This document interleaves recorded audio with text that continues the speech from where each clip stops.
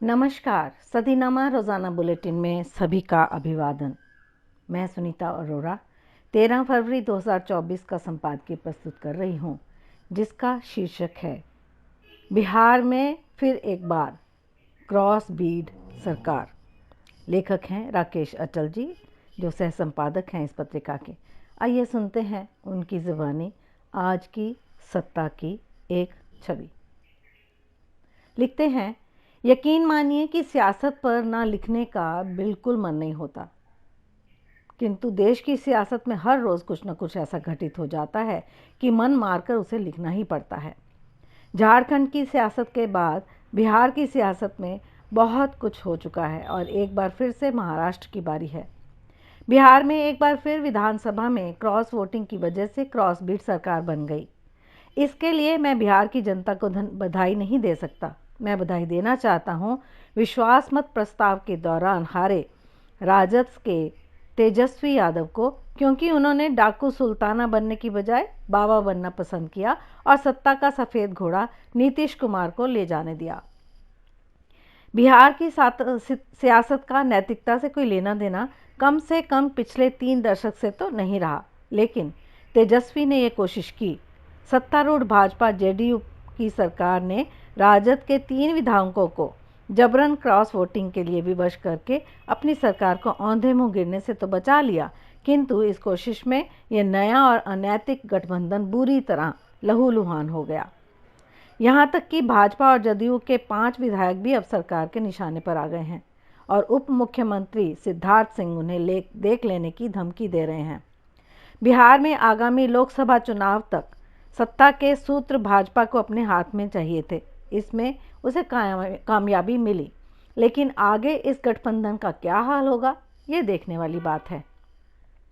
भाजपा आगामी लोकसभा चुनाव में संसद में 370 सीटें जीतने का लक्ष्य घोषित कर दरअसल फंस गई है।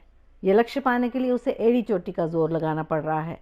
भाजपा की खस्ता हो चुकी बुर्जों की मरम्मत में अब यहाँ से वहाँ से समेटकर रोड़े लगाए जा रहे हैं। बिहार में जदयू के रोड़े बटोरे गए हैं और महाराष्ट्र में कांग्रेस, शिवसेना और एनसीपी के रोड़े भाजपा के काम आ रहे हैं। भाजपा एक तरफ अपने ध्वस्त बुर्जों की मरम्मत कर रही है तो दूसरी तरफ कांग्रेस समेत विपक्ष की तमाम बुर्जों पर प्रहार कर रही है और जमकर प्रहार कर रही है। राजद और समाजवादी पार्टी जैसे कुछ ही क्षेत्रीय दल हैं जो अभी तक भाजपा के सामने टिके हुए हैं। तृणमूल कांग्रेस और आम आदमी पार्टी भी अब कब हथियार डाल दे, कहना कठिन है। तीसरी बार सत्ता में आने को आतुर भाजपा अब सियासत में निर्ममता की तमाम हदें पार कर चुकी है। नैतिकता का परित्याग तो भाजपा पहले ही कर चुकी है। भाजपा के नेतृत्व वाले पुराने गठबंधन की जिस सरकार को बचाने में तत्कालीन प्रधानमंत्री अटल बिहारी वाजपेयी ने दल बदल और खरीद फरोख्त के चिमटे का इस्तेमाल करने से साफ इनकार कर दिया था, उसी भाजपा के लिए अब कोई भी चिमटा अछूत नहीं है। उसे तो केवल अपनी सरकार बनानी है बस। भाजपा की केंद्र सरकार किसानों के प्रति उतनी ही क्रूर है जितनी पहले थी।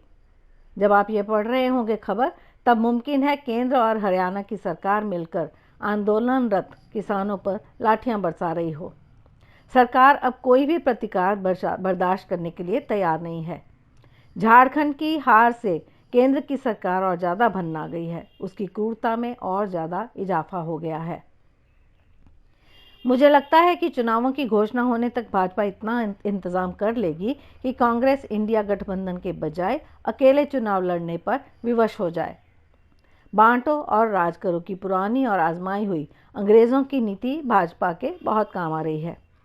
आज भाजपा कहने को एक महान राष्ट्रवादी पार्टी है, लेकिन उसकी चाल, चरित्र और चेहरे से फिरंगियों वाला तेज झलक रहा है। मुझे इसीलिए कभी कभी भाजपा सुदर्शन लगती है। कांग्रेस आज की तारीख में सड़क की पार्टी है और भाजपा पुरानी कांग्रेस की तरह कॉरपोरेट्स की पार्टी बन चुकी है। सड़क से उसका रिश्ता ना जाने कब का टूट चुका है। भाजपा में अब 5 सितारा संस्कृति पनप चुकी है। सर्वोच्च नागरिक सम्मान भारत रत्न भी भाजपा से बच नहीं पाए। जैसे जैसे लोकसभा चुनाव के दिन नज़दीक आ रहे हैं, वैसे वैसे भारत की सियासत और ज़्यादा जटिल, निर्दय और अमानवीय होती जा रही है।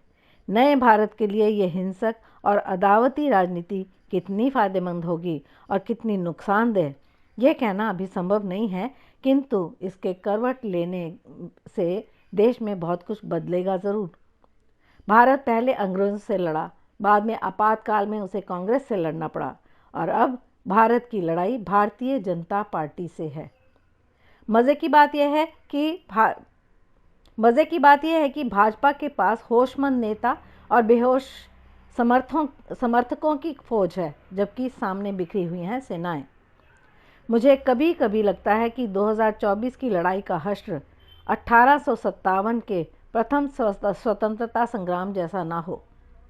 पहले स्वतंत्रता संग्राम के बिखराव ने हमारे सेनानियों की बगावत को नाकाम कर दिया था। आज 167 साल बाद इतिहास अपने आप को दोहरा रहा है।